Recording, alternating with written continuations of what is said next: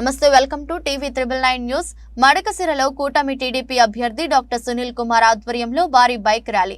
పట్న ప్రధాన రోడ్లన్నీ పసుపు మయంతో నిండిపోయింది. రెపరెపలాడుతున్న పసుపు జెండాలు పట్టుకుని కార్యకర్తలు ఉత్సాహంతో ఉరకలేస్తూ ర్యాలీలో పాల్గొన్నారు.